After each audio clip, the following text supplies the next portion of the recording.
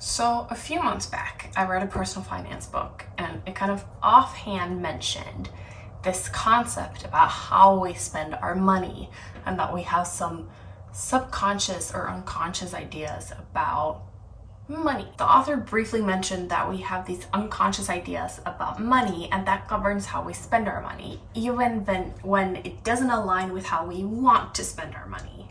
I really like this, not just because it finally talked about the fact that money and finances is an emotional thing, not just math. And two, because I started thinking about my own life and how it made sense. Whenever I had money, I spent it.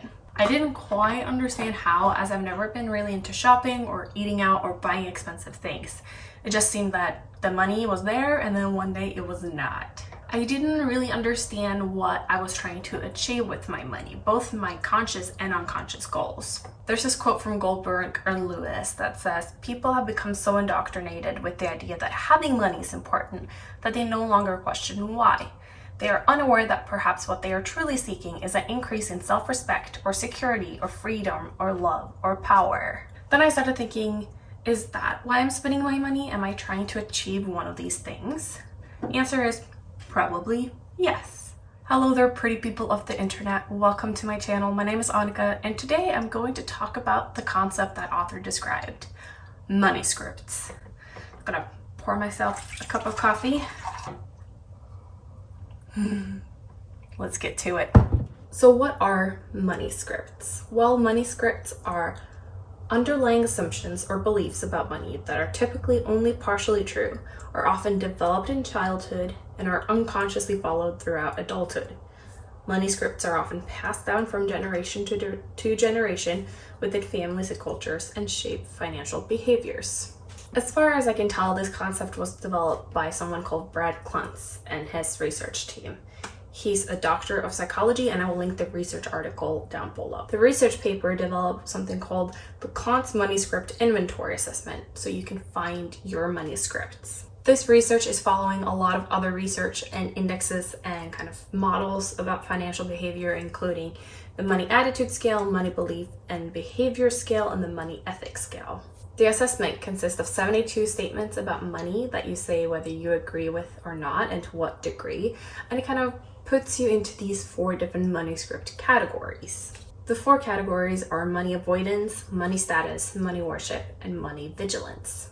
We all tend to score something on the different scales. So it's more about like the subscale. So you're not this or that, but you show more of this behavior and this script. There's also a free quiz you can take online to find your money script. I did it. I'm not surprised. The answer completely lines up with what I expected from just hearing it. I will leave that quiz down below as well if you want to take it. So, why should we know our money scripts? I don't think that knowing your money script is going to solve your financial problems, but I think that in order to change ourselves, we need to understand ourselves. The creators of the money scripts and the assessment themselves said that the primary object was to create a tool that practitioners can use to quickly and somewhat accurately assess potential problematic attitudes of their clients. Furthermore, they state that once a person's money scripts are uncovered, the irrational behaviors they have been exhibiting can begin to make sense. When money scripts are identified, their origins understood, and their impact on financial behavior and outcomes acknowledged, individuals can create more accurate and functional money scripts. So the whole idea behind it is that once you know, you can start to reprogram that.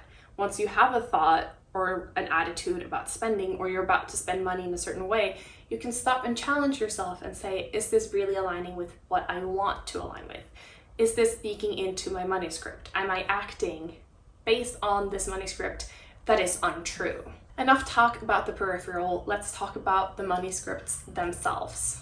The first money script I want to talk about is money status, aka differentiating oneself from other socioeconomic classes. People who hold this money script tend to believe that net worth equals self-worth, and they tend to favor outward display of wealth.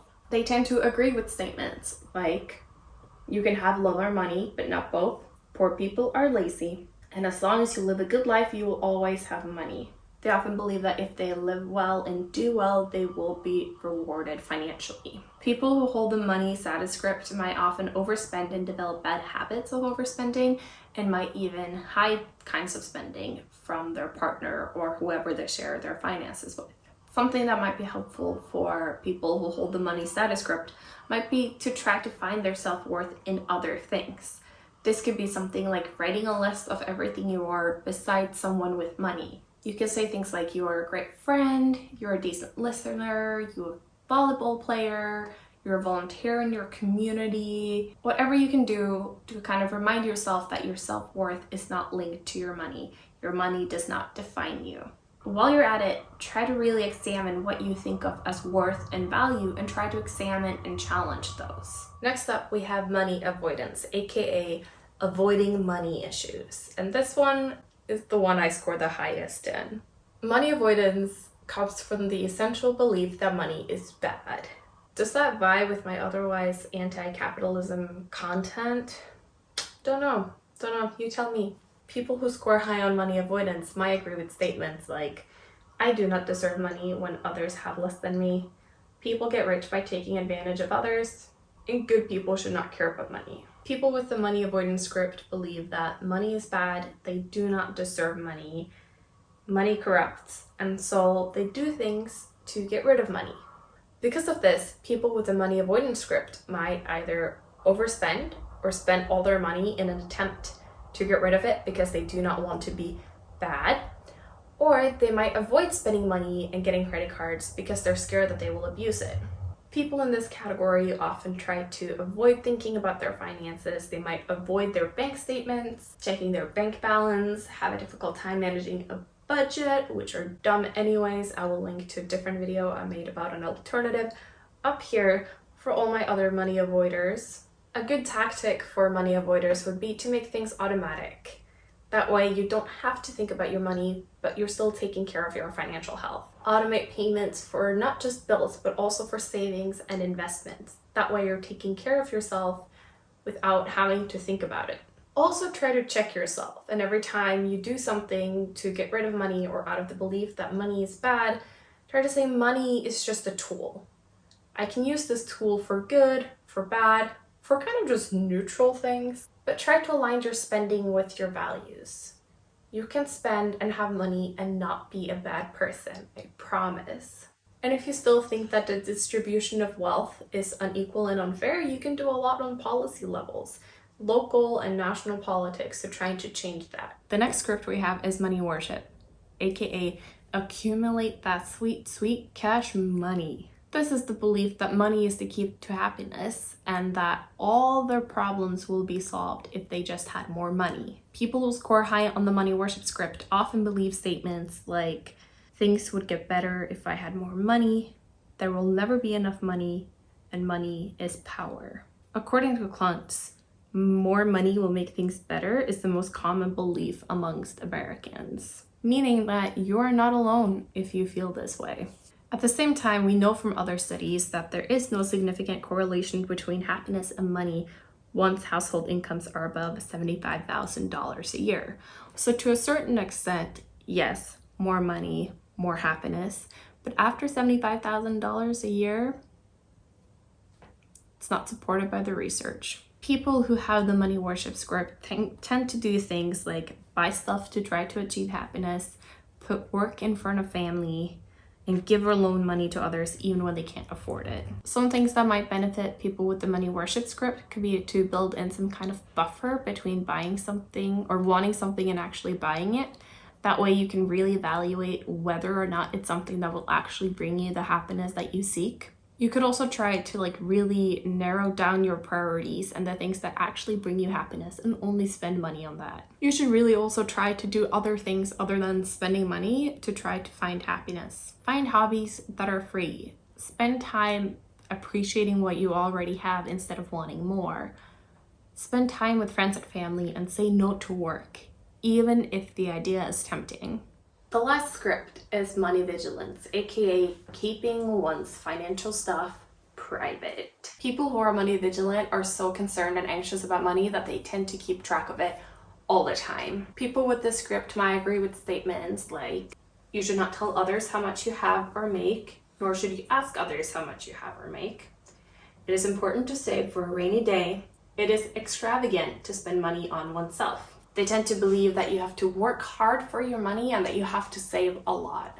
This is considered the one good money script, while technically the other three are considered bad money scripts, but I guess that leaves this one as like a good or neutral at least. Saving and being careful with one's money is of course important, but it can be taken to the extreme. You have to remember that we don't live in spreadsheets. So if you feel extremely unhappy while doing saving and smart financial goals, maybe you need to reevaluate a little bit. I have some friends that I think fall into this money script, and I think it's hard for them to enjoy their hard-earned money. They feel guilty if they spend on something they enjoy, and they feel like they always need to do the financially smart thing, even if that's not the thing they really want to do themselves. It's also important to not put too much of your sense of security into finances. Sure, money is important, but it's also important to have a good network of friends and family and people who can help you out, to have a place where you feel like you can rest and recharge, to have your health taken care of. If that means you doing things or paying for the insurance to know that you're covered. Remember that you can't take it with you. So although it's smart to save for the future and for your future self, it's not like if you die with $1 million saved in index funds, people are going to congratulate you, you know? Something that can really help people with this money script would be to set aside a certain amount of money for fun each month. That way you feel like you're still being vigilant and smart about your money, but you're taking that fun and that life experience into consideration. If you're still nervous about spending money on yourself, maybe do something like match the amount and put it into savings or an emergency fund. So what to do now that you know your money script, or at least have an idea of what your money script or scripts are? I think it's important to not just go, this is who I am and that's the way it's gonna be.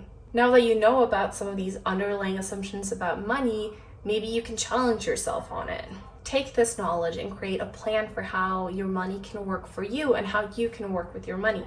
Every time you're about to spend money or not spend money, you can try to challenge those thoughts and assumptions. I will link down below to that set of 72 statements about money, and even if you don't do the quiz, look at them and see if maybe some of them resonate with you. For me, it was very eye-opening because I didn't truly understand these assumptions, and that's kind of the thing, they're assumptions, they're unconscious, they're not in the front of our mind when we think them.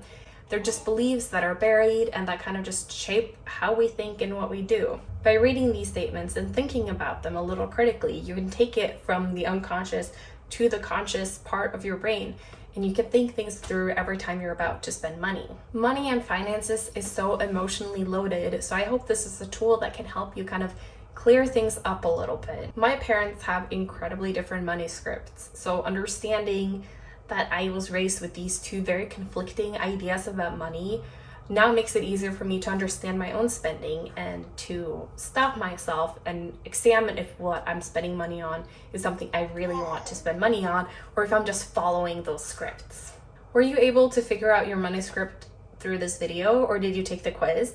Did you have like an aha moment like me? Let me know in the comments down below. I hope that this was illuminating. I know it really was for me when I started doing some research on it. And let's keep having these awkward and weird conversations about money so that we can kind of get to the bottom of our emotions and work from there. Money is hard and these conversations can be very awkward, but that's why I want to keep having them so that we can get a little bit smarter about our money and how we spend it, so we can live a little more peacefully with our finances. Thank you so much for watching. Make sure to like, comment, and subscribe. I upload new videos every Friday on finances, motherhood, or minimalism. Thank you so much for spending a little bit of time with me, and I hope your finances are better for it. Bye.